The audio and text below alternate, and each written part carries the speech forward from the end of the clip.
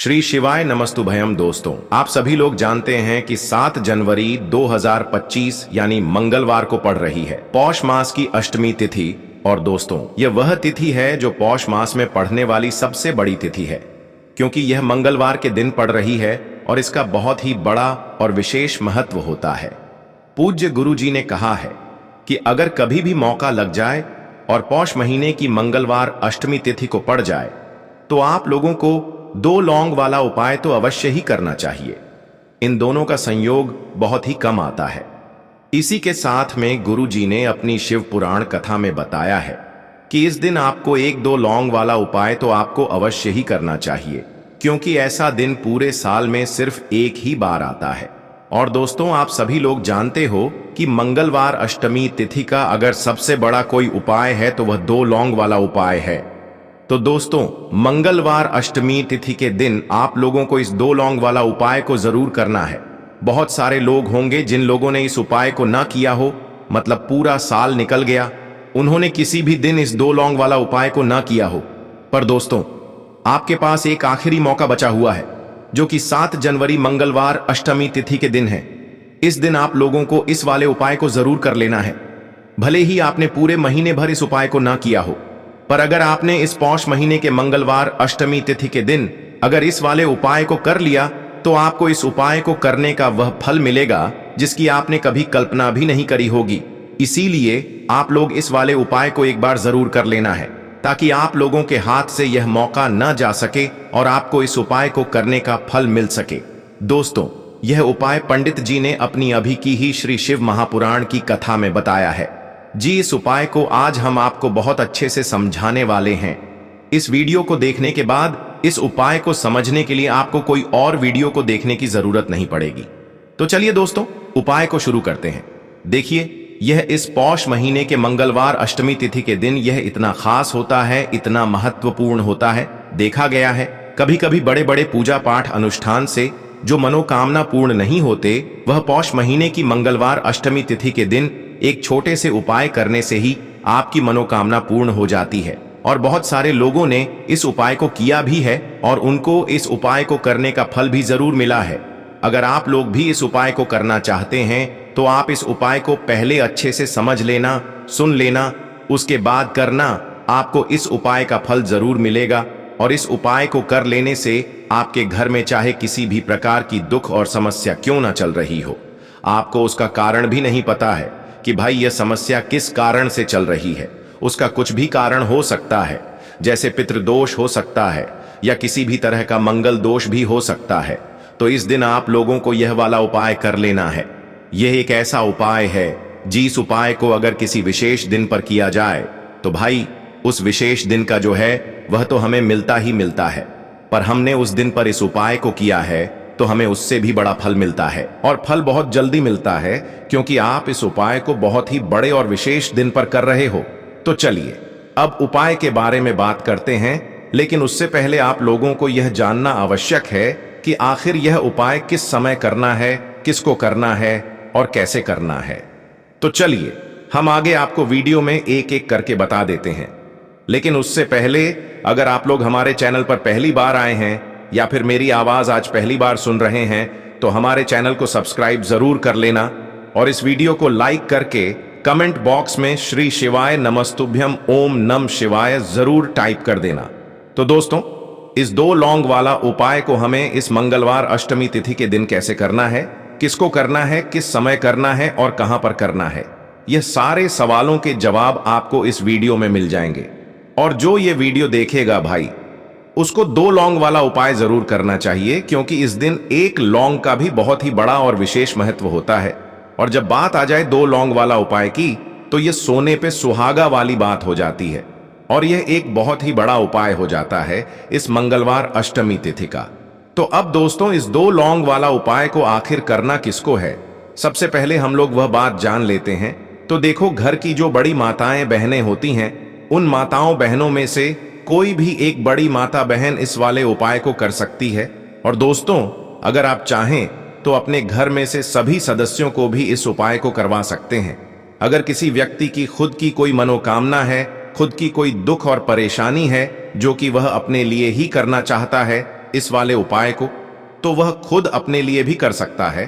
बाकी अगर कोई घर में से ऐसा है जो कि अपने पूरे घर परिवार की सुख और शांति के लिए यह वाला उपाय करना चाहता है, तो भाई वह भी कर सकता है, उसमें भी कोई दिक्कत वाली बात नहीं है।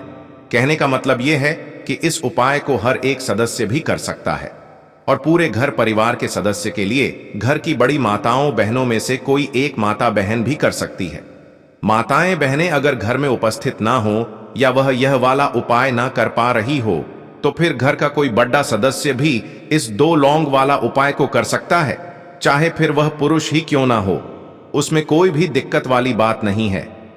उसके बाद में दोस्तों जो अगला प्रश्न निकल कर आता है वो यह आता है इस उपाय को लेकर कि आखिर इस उपाय को हमें किस समय करना है, सुबह के समय करना है कि शाम के समय करना है।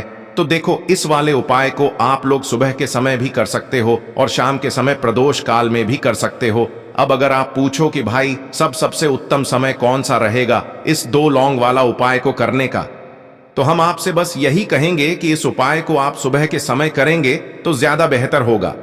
बाकी अगर प्रदोष काल शाम के समय भी करेंगे तो भी अच्छा होगा, उसमें कोई भी दिक्कत वाली बात नहीं है। तो अब दोस्तों जो अगली सबसे बड़ी और महत्वपूर्ण बात आती है वह यह आती है कि सुबह अगर हम उपाय को करेंगे तो हमें कितने बजे से लेकर कितने बजे तक के बीच में करना है, और शाम के समय प्रदोष काल में करेंगे तो हमें कितने बजे से लेकर कितने बजे के बीच में करना है। तो देखो, सुबह जितनी जल्दी हो सके आप उपाय को करने की कोशिश करना। बाकी अगर किसी कारणवश लेट भी हो जाओ, थोड़ी देर भी हो जाए, तो 10 या 11 बजे तक भी आप उपाय कर लेना, पर 12 बजे से ज्यादा देरी ना हो, ठीक है? इस बात का ध्यान रखना। उसके बाद में दोस्तों अगर शाम के समय प्रदोष काल की बात करें, प्रदोष काल का जो समय है होता है वो शाम के 6 बजे से शुरू हो जाता है। मतलब शाम के 6 बजे से लेकर 7 बजे के बीच का जो समय होता है यह समय प्रदोष काल का समय होता है। तो आप इस उपाय को 7 या 8 बजे के बीच में भी कर सकते हो। मतलब शाम के 6 बजे से रात 8 बजे के बीच में आप कभी भी इस वाले उपाय को कर सकते हो, उसमें कोई भी दिक्कत वाली बात नहीं है। देखिए, यदि आपके जीवन में बहुत ज्यादा संकट हैं, बहुत सारी विपदा आती है, चाहे धन से जुड़ी कोई विपदा हो, चाहे आपका जो व्यापार है वह ढंग से नहीं चल पा रहा हो, चाहे आपकी जो नौकरी है वह ढंग से नहीं चल पा रही हो, या फिर बच्चों के विवाह से जुड़ी कोई भी समस्या हो, बच्चे ढंग से पढ़ते नहीं हैं, बहुत ज्यादा जीवन में विघ्न उत्पन्न हो रहे हैं, तो आज का यह वीडियो आप सभी के लिए बहुत ही खास होने वाला है। जीवन में यदि किसी भी प्रकार की समस्या चल रही हो तो पूज्य गुरुजी हमेशा अपने कथा में कहते हैं कि मंगलवार अष्टमी तिथि के दिन यदि आप मात्र 1 टुकड़े गुड़ से यह चमत्कारी उपाय करते हैं तो आपके जीवन की सारी समस्याएं समाप्त हो जाती हैं। यह उपाय आपको जरूर करना चाहिए। इस उपाय को करने मात्र से कुछ ही दिनों में आपको इसका असर देखने को मिलेगा। जीवन में आपके बहुत ही अधिक परिवर्तन होगा। देखिए, पूज्य गुरुदेव की ही कथा को सुन करके और समझ करके ही आपको समझाने का पूरा प्रयास करेंगे, लेकिन उससे पहले वीडियो को लाइक करें। देखिए, मंगलवार का जो दिन है वह भगवान हनुमान को समर्पित होता है और हनुमान जी हमारे जीवन के सारे संकट, सारे विघ्नों को दूर कर देते हैं। देखिए, आज के इस वीडियो में हम आपको 4 महा उपाय बताने वाले हैं। यह चारों ही उपाय आपके जीवन से समस्त संकट और बाधाओं को दूर करने वाले हैं। तो चलिए दोस्तों, जान लेते हैं सबसे पहले और चमत्कारी उपाय के बारे में। देखिए, यदि आपके ऊपर कर्ज बहुत अधिक है, आपके ऊपर संकट बहुत अधिक है, आपके ऊपर विपदा बहुत ही ज्यादा आती है, बार बार आपको किसी ना किसी कार्य में हानि मिलती है, यानी कि चाहे धन में हानि हो रही हो, चाहे शरीर में किसी भी प्रकार की हानि हो रही हो, चाहे व्यापार में कोई हानि हो रही हो, यानी कि किसी भी चीज में आपको लाभ ना होते हुए हानि हो रही हो, तो आपको यह उपाय करना है। देखिए, इस उपाय के लिए आपको 2 फूल वाली लौंग लेनी है, यानी कि लौंग का 1 जोड़ा लेना है। आप जो लौंग लेंगे वह कहीं से भी खंडित नहीं होनी चाहिए, इस बात का ध्यान रखें। इसी के साथ में आपको मात्र थोड़ा सा शहद लेना होगा और इसी के साथ में आपको एक तांबे के पास के अंदर अपने घर से शुद्ध जल लेना है। अब देखिए, इन सभी सामग्रियों को लेकर के आपको भगवान शिव के मंदिर में पहुंच जाना है। यह उपाय आप सुबह से लेकर के शाम तक किसी भी समय कर सकते हैं, लेकिन अष्टमी की तिथि पड़ी है तो यह उपाय यदि आप प्रदोष काल के समय में करेंगे तो आपके लिए यह उपाय बहुत ही सर्वोत्तम सिद्ध होगा। देखिए, सबसे पहले तो आप जो 2 फूल वाली लौंग लेकर के आए हैं, उन्हें आपको उस शहद के अंदर डालना है। यानी कि दोनों ही लंग पर आपको अच्छे से शहद का लेपन करना है। अब देखिए, सबसे पहले पल्ले तो आपके पास जो एक लौटा शुद्ध जल है तांबे के पात्र के अंदर, उसे आपको धीरे धीरे भगवान शिव के शिवलिंग पर अर्पित करते जाना है। श्री शिवाय नमस्तुभयम इस मंत्र का जाप करते हुए अब आपके पास जो 2 लौंग है जिन पर आपने शहद का लेपन किया है, उन्हें आपको भगवान शिव के शिवलिंग पर अर्पित कर देना है और आपको महादेव से प्रार्थना करनी है कि जीवन के जो संकट हैं, समस्याएं हैं, वह सभी आपकी कृपा से दूर हो, या फिर जीवन में जो कर्ज की समस्या है वह सभी समाप्त हो। इस प्रकार से कामना करते हुए ये जो 2 लौंग के जोड़े शहद वाले, इन्हें आपको भगवान शिव के शिवलिंग पर अर्पित कर देने हैं। आपकी जो भी समस्या होगी इस मंगलवार की अष्टमी तिथि पर निश्चित ही समाप्त होगी। तो इस प्रकार से आपको यह उपाय करना है। अब हम जान लेते हैं दूसरे विशेष उपाय के बारे में। इस उपाय के लिए आपको मात्र 2 गुड़ के टुकड़े लेना है। देखिए, मंगलवार अष्टमी तिथि का दिन है, इसीलिए आपको लाल चीजों का प्रयोग अवश्य ही करना चाहिए। लाल चीजों का प्रयोग करने से मंगल ग्रह का आपके जी में शुभ प्रभाव पड़ता है और लाल रंग तो हनुमान जी को सबसे अधिक प्रिय होता है। तो आप या तो 2 गुड़ के टुकड़े ले सकते हैं, या फिर गुड़ के टुकड़े नहीं हैं तो आप लाल चंदन का प्रयोग भी कर सकते हैं। केवल आपको या तो गुड़ के टुकड़े लेने हैं या फिर लाल चंदन लेना है। इसी के साथ में आपको मात्र एक तांबे के पात्र के अंदर शुद्ध जल लेना है। इसी के साथ में आपको एक फूल वाली लौंग लेनी है। अब इन तीनों ही सामग्रियों को लेकर के सीधे आपको पहुंचना है भगवान शिव के मंदिर में। देखिए, पूज्य गुरु जी ने बताया है कि यह उपाय भी आप सुबह से लेकर के रात्रि तक किसी भी समय कर सकते हैं, और अष्टमी की तिथि है तो इस उपाय को आप प्रदोष काल के समय में भी कर सकते हैं। देखिए, सबसे पहले तो आपके पास जो एक लोटा शुद्ध जल है, उसमें से थोड़ा सा जल आपको भगवान शिव के शिवलिंग के सीधे तरफ, जहां गणेश जी का स्थान होता है, वहां पर थोड़ा सा जल समर्पित करना है। फिर थोड़ा सा जल कार्तिकेय जी वाले स्थान पर अर्पित करना है। फिर थोड़ा सा जल माता शोक सुंदरी वाले स्थान पर अर्पित करना है। फिर थोड़ा सा जल माता पार्वती के कटी वाले भाग पर अर्पित करना है। अब अंत में आपको उस पात्र के अंदर थोड़ा सा जल और बचा लेना है। अब इससे जल के अंदर आपको, या तो आप लाल चंदन लेकर के आए हैं तो उसे आपको उस पात्र के अंदर डाल देना है। यदि गुड़ के टुकड़े लेकर के आए हैं तो उन्हें आपको उस जल के पात्र के अंदर डाल देने हैं। और उसके बाद आपके पास जो एक फूल वाली लौंग है, उसे आपको अपने हाथ में रखना है। आपकी जो भी विपदा है, जो भी संकट हैं, जो भी आपके जीवन की विशेष समस्या है, वह सभी दूर हो, ऐसी आपको कामना करनी है। और यह एक लौंग आपको उस जल के पात्र के अंदर डाल देनी है। अब इस प्रकार से इस गुड़ से युक्त जल को और एक फूल वाली लंग जो आपने उस पात्र के अंदर डाली है, उसे आपको धीरे धीरे पतली धार के रूप में भगवान शिव के शिवलिंग पर अर्पित कर देना है। देखिए, जैसे ही आप यह गुड़ से युक्त जल भगवान शिव के शिवलिंग पर अर्पित करेंगे, यह शिवलिंग से होकर के जलाधारी की ओर बह करके आएगा।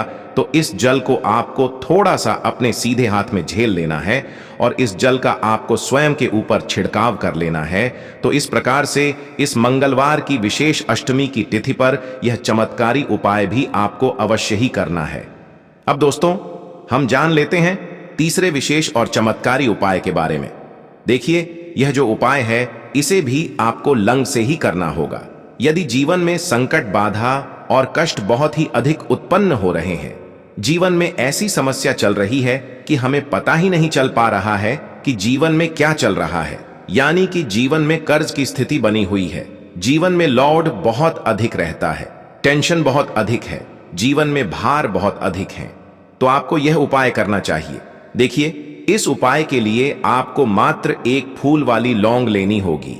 इसी के साथ में आपको मात्र एक लोटा शुद्ध जल लेना होगा, तांबे के पात्र के अंदर अपने घर से।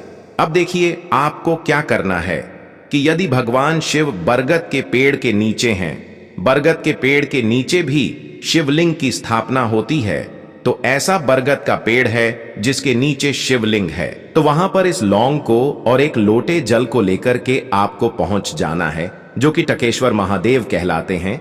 वहां पर आपको पहुंच जाना है। यदि आपके घर के आसपास बरगद का पेड़ है लेकिन शिवलिंग नहीं है, तब भी आपको यह उपाय बरगद के पेड़ के नीचे ही करना है। और बरगद का पेड़ आपके घर के आसपास है ही नहीं, तो यह उपाय आपको शिवलिंग पर कर लेना है। देखिए, सबसे पहले तो आपके पास जो एक फूल वाली लौंग है, इसे आपको उस जल के पात्र के अंदर डाल देनी है। अब इस लौंग से युक्त जल को आपको बरगद के बड़ के नीचे जो शिवलिंग है, यानी कि वटकेश्वर महादेव हैं, उन पर आपको समर्पित करना है। जल को आपको अपना जो मुख है उत्तर दिशा की ओर रख करके ही समर्पित करना है और आपको वटकेश्वर महादेव का मन में स्मरण करते रहना है। यदि शिवलिंग के वहां पर इस उपाय को कर रहे हैं, तब भी आपको वटकेश्वर महादेव का ही मन में स्मरण करना है। तो इस प्रकार से जीवन की संकट और समस्याओं को दूर करने के लिए चमत्कारी उपाय भी आपको करना चाहिए। अब हम जान लेते हैं चौथे और सबसे अंतिम विशेष उपाय के बारे में। देखिए, यदि आपके विवाह में किसी भी प्रकार की समस्या आ रही है, विवाह जो है वह होते होते रह जाता है, विवाह के लिए आप बहुत अधिक प्रयास कर रहे हैं लेकिन आपको उसमें सफलता नहीं मिल पा रही है, या फिर यदि आपका जो कर्ज है वह दिन प्रतिदिन बढ़ते ही जा रहा है, तो आपको यह उपाय करना है। साथ ही साथ मंगल दोष से जुड़ी हुई समस्त समस्याओं को दूर करने के लिए भी आप यह उपाय कर सकते हैं। तो देखिए, इस उपाय के लिए सबसे पहले तो आपको मात्र थोड़ा सा लाल चंदन लेना होगा। देखिए, लाल चंदन का पाउडर यदि आपके पास है तो उसे आपको ले लेना है। इसी के साथ में आपको एक लोटा शुद्ध जल लेना होगा तांबे के पात्र के अंदर। अब जो आपने एक तांबे का पात्र लिया है, उसी में आपको यह जो लाल चंदन का पाउडर है, सबसे पहले तो इसे आपको डाल देना है उसी पात्र के अंदर। अब देखिए, इस प्रकार से यह लाल चंदन से युक्त जल तैयार करने के बाद से सीधे लेकर के आपको पहुंचना है भगवान शिव के मंदिर में। देखिए, यह उपाय आप सुबह से लेकर के शाम तक किसी भी समय कर सकते हैं और प्रदोष काल के समय में भी आप इस उपाय को कर सकते हैं।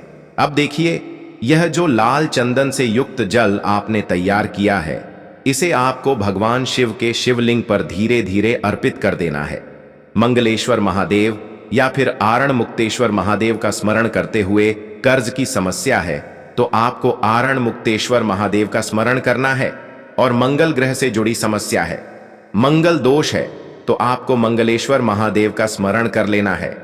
तो दोस्तों, यह थे पूज्य गुरुजी द्वारा बताए गए कुछ बहुत ही खास उपाय। अगर आपको जानकारी अच्छी लगी हो तो वीडियो लाइक करिएगा। मिलते हैं फिर एक नए वीडियो के साथ। श्री शिवाय नमस्तुभयम।